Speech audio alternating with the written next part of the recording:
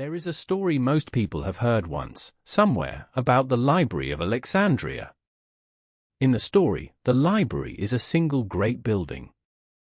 It is filled with all the books of the ancient world. And in a single night, usually by Julius Caesar, sometimes by a Christian mob, sometimes by an Arab caliph, it burns to the ground, and human knowledge is set back 1,000 years. This story is not exactly true. It is not exactly false either. But what really happened to the Library of Alexandria was slower, and stranger, and in some ways much sadder than a single fire. It took 600 years. The library was the idea of a Greek king named Ptolemy. After Alexander the Great died in 323 before the Common Era, his enormous empire shattered. His generals fought over it. The general who took Egypt was Ptolemy, the son of Lagos, a man who had grown up with Alexander as a boyhood friend in Macedonia. Ptolemy was not the most flamboyant of Alexander's generals. He was the most patient. While the others fought wars of conquest, Ptolemy spent his energy building a city. The city was Alexandria, on the Mediterranean coast of Egypt, on a long thin spit of land between the sea and a great freshwater lake. Alexander himself had founded it, a few years before his death. Ptolemy made it into his capital. And in the center of that capital, in the royal quarter called the Brucheion, near the palace and the sea, Ptolemy began to build something the ancient world had never seen before. He called it the Mauseon, the Shrine of the Muses. It was not, in the modern sense, a museum. It was a research institute. It had lecture halls, dining rooms, gardens, an observatory, a botanical garden, a zoo. And it had, attached to it, a library. The library was the part that became famous. Ptolemy and his son after him gave it one simple mission. They wanted to collect every book in the world. The methods were not always polite. Ptolemy III, who reigned in the 3rd century before the Common Era, is said to have demanded that every ship docking in Alexandria turn over any books on board for inspection. The library scribes copied them. The originals were kept. Copies were sent back to the owners, who, having no choice in the matter, accepted them and sailed away. Athens once lent Alexandria the official state copies of the plays of Aeschylus, Sophocles, and Euripides, on a vast deposit of 15 talents of silver. The Alexandrians copied the plays, returned the copies to Athens, kept the originals, and forfeited the deposit. Athens, by ancient accounts, was furious. The library kept the originals anyway. Some of those tragedies, the ones we still read today, survive only because of those stolen Athenian masters. The librarians acquired texts in Greek, in Egyptian, in Hebrew, in Phoenician, in Babylonian, in Persian. They commissioned the first Greek translation of the Hebrew Bible, the famous Septuagint, supposedly by 72 Jewish scholars working in 72 cells for 72 days. They acquired the lost works of the early Greek philosophers, the medical writings of Egypt, the astronomical observations of Babylon. By the high point of the library, sometime in the late 3rd or early 2nd century before the Common Era, the collection is said to have held somewhere between 400,000 and 700,000 papyrus scrolls. This is, by any measure, an enormous number. A long scroll could hold what we would call a single book of a long work. A short scroll might be a single letter or a single poem. But even at the lower estimate, the library contained more written human thought, gathered in one place, than had ever existed anywhere before. And the people who worked there were extraordinary. There was Eratosthenes, who took the job of chief librarian in around 240 before the Common Era. He was an obsessive measurer of things. He measured, by comparing the angle of the sun at noon in Alexandria with its angle at noon on the same day in the southern Egyptian city of Sin, the circumference of the entire earth. His answer was wrong by about 2%. He was, in other words, almost exactly right, in the 3rd century before the Common Era, working with a stick, a well, and a piece of string. There was Euclid, who systematized geometry into 13 books that school children still study, in modified form, today. There was Aristarchus of Samos, who looked at the sky and proposed, 1800 years before Copernicus, that the Earth went around the Sun, and not the other way round. His writings on this subject have been lost. We only know about his theory because other writers, who thought he was wrong, mentioned it in passing. There was Hipparchus, who catalogued the stars. There was Callimachus, who wrote the first known library catalogue, a 120-volume guide called the Pinarches, the tablets, listing every author and every work in the collection, with biographical notes. There was Herophilus, who dissected human bodies and wrote the first systematic anatomy of the human nervous system. These people were not, on the whole, household names even in their own time. They were the quiet researchers of a quiet institution, paid by the king, kept comfortable, allowed to think. The decline began, like most declines, before anyone noticed it was happening. In the 2nd century before the Common Era, the Ptolemaic kings began to fight each other for the throne. Civil wars in Egypt meant less royal money for the Marcellian. The intellectual standards loosened. By the time Cleopatra was born, in the 1st century before the Common Era, the library was still famous, but it was no longer the unrivaled center of the ancient world.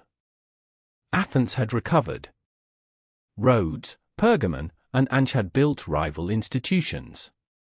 In 48 before the Common Era, Julius Caesar landed in Alexandria in the middle of a civil war between Cleopatra and her brother. Caesar took Cleopatra's side. He was besieged in the harbor. To defend himself, he ordered his men to set fire to the Egyptian ships in the port. The fire spread. It is here that the famous story begins.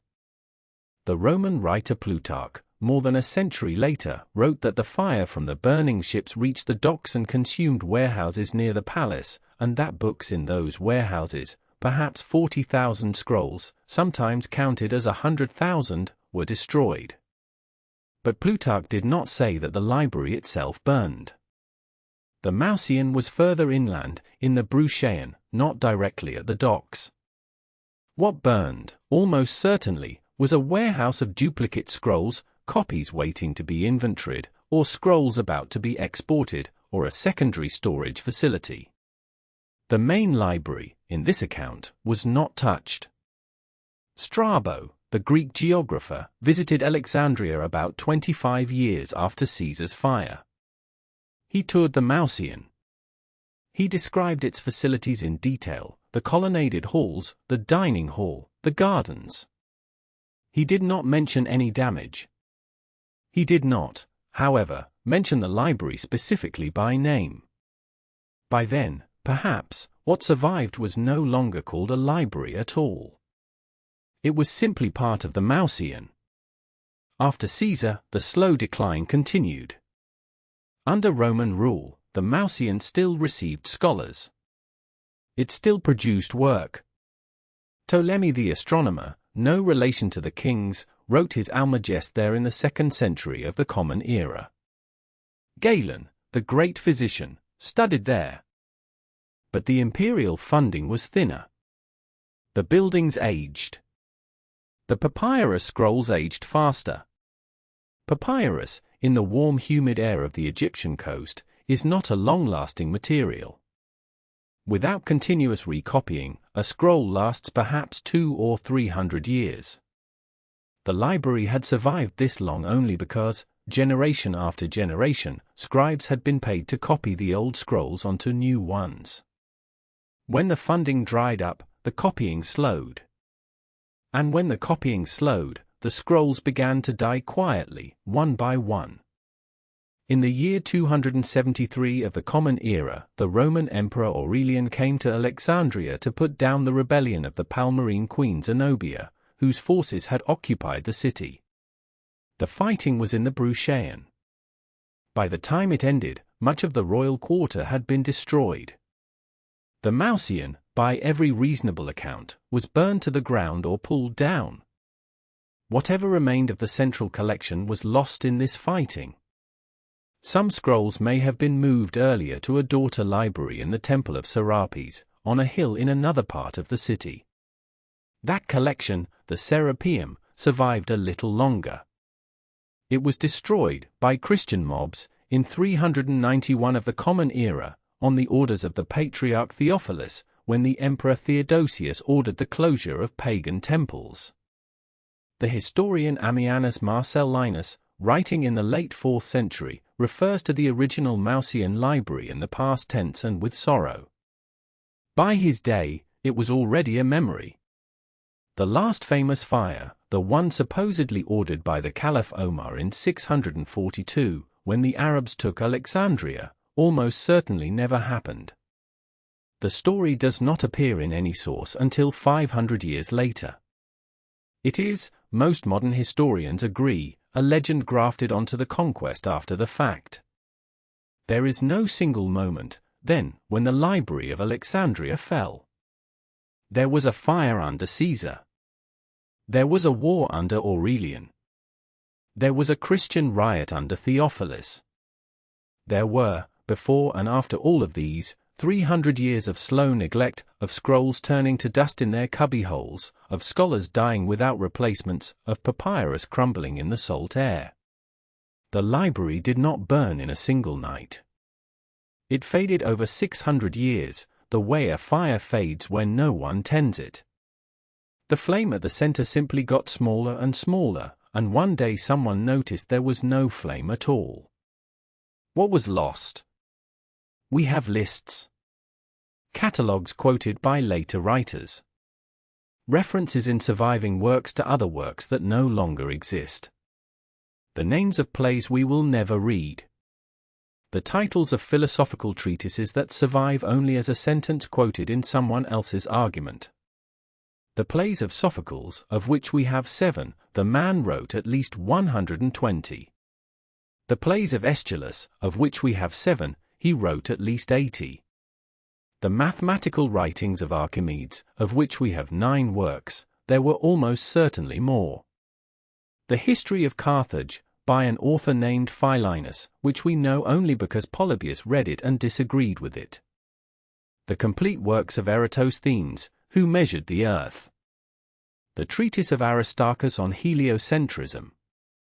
Most of pre-Socratic Greek philosophy, of which we have only fragments, quoted in the works of philosophers who outlasted them. If you sit in a quiet room and read the surviving fragments of the lost works of the ancient world, you will feel, after a while, that you are listening to a great long song through a closed door. You can hear the melody. You can hear the rhythm. But you cannot quite make out the words. That is the library of Alexandria. It did not fall. It thinned until you could see through it, and then one day it was gone. Sleep well.